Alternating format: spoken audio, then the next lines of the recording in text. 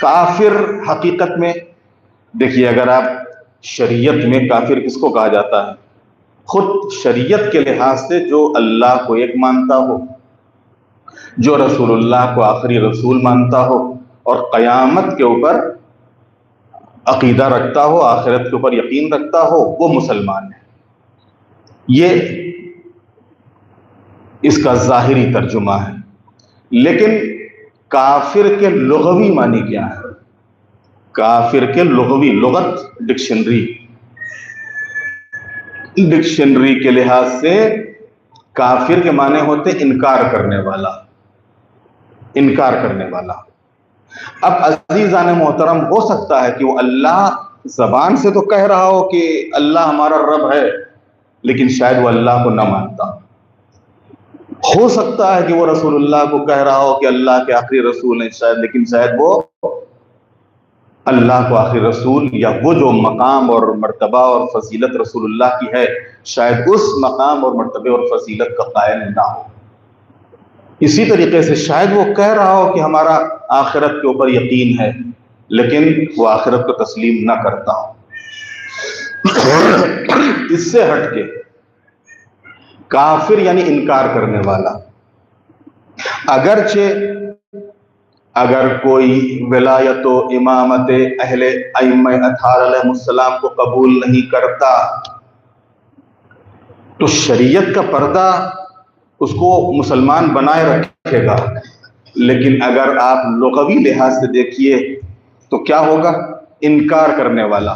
یعنی اب نتیجہ کیا نکلا کہ جو بھی اہل بیت عصمت و طہارت علیہ السلام کی ولایت کا انکار کرے تو وہ کیا ہوگا اور اس کا شمار کہاں ہوگا؟ تو معلوم یہ ہوا کہ پیغمبر فرماتے ہیں کہ جو بھی اہل بیت کی دشمنی پر دنیا سے جائے گا تو وہ کافر دنیا سے اٹھے گا، اور نہ صرف کافر بلکہ یہود و نصارہ میں اس کا شمار ہوگا۔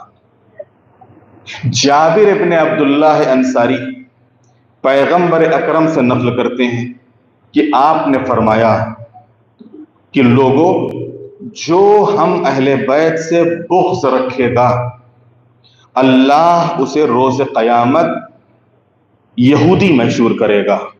میں نے عرض کی حضور چاہے نماز اور روزہ کیوں نہ کرتا ہو؟ تو آپ نے فرمایا کہ نماز اور روزے کا چاہے پابند ہو اور اپنے کو مسلمان ہی کیوں نہ تصور کرتا ہو، تب بھی اگر اہل بیت کی دشمنی پر دنیا سے اٹھا ہے تو اس کی موت یہود و نصارہ والی موت ہوگی۔ اور ظاہر سی بات ہے کہ جب وہ کافر دنیا سے جا رہا ہے، یہود و نصارہ کی موت مر رہا ہے، تو یہ پانچواں اثر ہے۔ وہ کیا ہے؟ روز قیامت پیغمبر کے دیدار سے محرومی۔ کافر رسول اللہ کا دیدار نہیں کرے گا، یہودی رسول اللہ کا دیدار نہیں کرے گا، نصرانی رسول اللہ کا دیدار نہیں کرے گا۔ رسول اللہ کا دیدار کون کرے گا؟ جو مومن ہو، جس نے جو پیغمبر ختمی مرتبت اور آپ کے اہل بیت عصمت و طہارت علیہ السلام کا وفادار رہا ہو، وہ آخرت کے دن پیغمبر کا دیدار کرے گا۔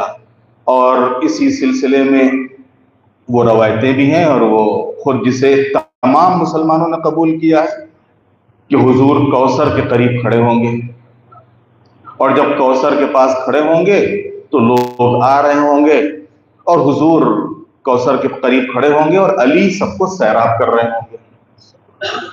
علی ساقی کوثر، حضور کوثر کے پاس کھڑے ہو رہے ہوں گے، وہ بتا رہے ہوں گے کہ یہ میرا ہے، یہ دوسرا ہے، یہ میرا ہے، یہ دوسرا ہے، یہ میرا ہے، یہ غیر ہے۔ اور اسی درمیان کچھ لوگ کوثر کی طرف بڑھیں گے، تو جیسے ہی یہ کوثر کی طرف ان کو آتا ہوا دیکھیں گے، حضور اپنا رخ ان کی طرف سے پھیر لیں گے، موڑ لیں گے اپنا رخ ان کی طرف سے۔ تو ایک مرتبہ یہ کہیں گے کہ حضور نے اپنا چہرہ کیوں ہماری طرف سے پھیر لیا؟ تو یہ آواز دیں گے، یا رسول اللہ ہم آپ کے امتی، یا رسول اللہ آپ کے امتی۔ تو حضور آواز دیں گے کہ مجھے معلوم ہے کہ تم نے میرے بعد میرے اہل بیت کے ساتھ کیا سلوک کیا ہے، مجھے معلوم ہے کہ تم نے میرے بعد اسلام کے ساتھ کیا کیا ہے۔ مجھے معلوم ہے کہ تم نے میرے بعد میری شریعت کے ساتھ کیا تماشا کیا ہے، لہذا رسول اللہ اپنا رخ پھیر لیں گے۔ تو معلوم یہ ہوا کہ جو دشمن اہل بیت ہے وہ منافق بھی ہے، کافر بھی ہے، یہودی بھی ہے، نصرانی بھی ہے، وہیں ساتھ ہی ساتھ رسول اللہ کے دیدار اور رسول اللہ کی زیارت سے محروم بھی ہے، رسول اللہ کی زیارت سے محروم بھی ہے۔ اور اب یہاں کے اوپر ایک جملہ کہنے کا دل چاہتا ہے کہ شاید دنیا میں بھی ان سے اسی لیے یہ توفیق سلب ہو گئی ہے، کیونکہ تمہارے اندر اسلام نہیں ہے، کیونکہ تمہارے اندر ہمارے اہل بیت کی محبت نہیں ہے، تو آخرت میں تو تم ہمارا دیدار کر ہی نہیں پاؤ گے، دنیا میں بھی تم کو ہم نصیب نہیں ہونے دیں گے، دنیا میں بھی ہم نصیب نہیں ہونے دیں گے۔ ورنہ واقعا جو مومن ہے وہ تو جب قبر رسول کے قریب جاتا ہے تو وہ تو مومن کے تو دل میں ہوتے ہیں، مومن کا تو دل ہوتا ہے حقیقت میں، اور مومن تو خود تصور کرتا ہے کہ رسول اللہ یہاں پر ہیں، اور لہٰذا وہ رسول اللہ کا وہاں پر تصور کر کے وہ کہتا ہے السلام علیکم یا رسول اللہ۔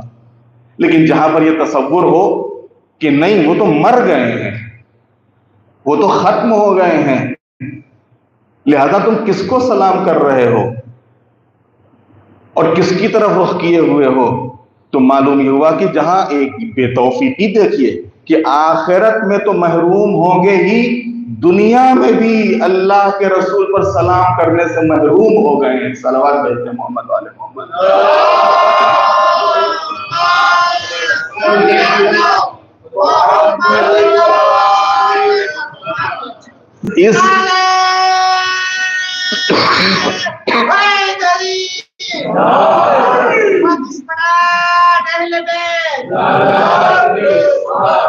اس اہل بیت علیہ السلام سے دشمنی کا ایک اور اثر قیامت کے دن مجزوم ہونا، جزام کا مرض ہوگا۔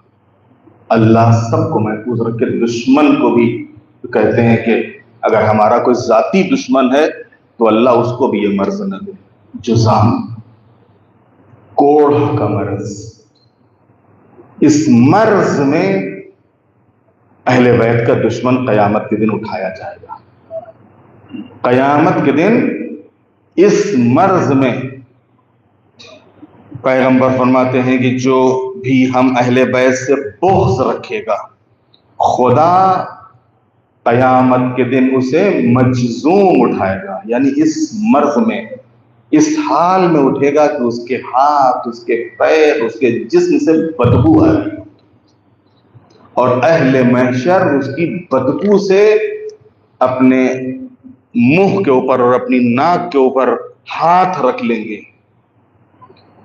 وہیں ایک اور اثر اس دشمنی اہل بیت کا ہے، اور وہ ہے شفاعت سے محرومی۔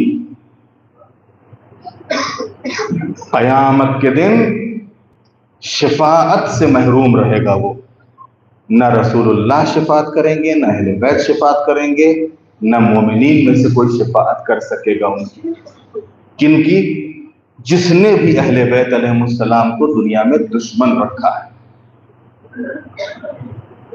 شفاعت، ظاہر سی بات ہے کہ انسان دنیا میں آیا ہے اور دنیا میں اللہ کی ان بے پناہ نعمتوں کے مقابلے میں اللہ نے جو احکام ہمارے اوپر واجب کیے ہیں وہ کتنے صحیح ہوتے ہیں اور کتنے صحیح نہیں ہوتے ہیں۔